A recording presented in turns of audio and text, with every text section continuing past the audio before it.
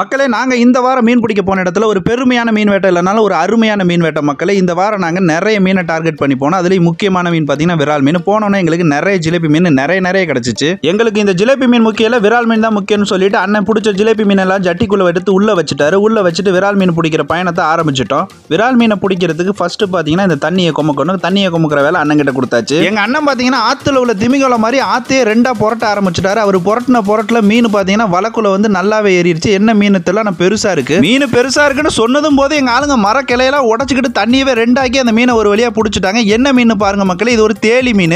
இதுக்கு முன்னாடி இந்த ஆப்பிரிக்கன் கேட்ஃபிஷை சாப்பிடக்கூடாதுன்னு சொல்லி நான் ஒரு பெரிய வீடியோ போட்டிருந்தேன் மக்களே. அதுல நிறைய கமெண்ட் இந்த மீனை சாப்பிடலாம், இது ஒன்றும் பிரச்சனை இல்லைன்னு போட்டிருந்தாங்க. அதனால இந்த மீனை சாப்பிட்டு பார்க்கலாம்னு முடிவு பண்ணி மீன் எல்லாத்தையும் சுத்தம் பண்ணவும் ஆரம்பிச்சாச்சு.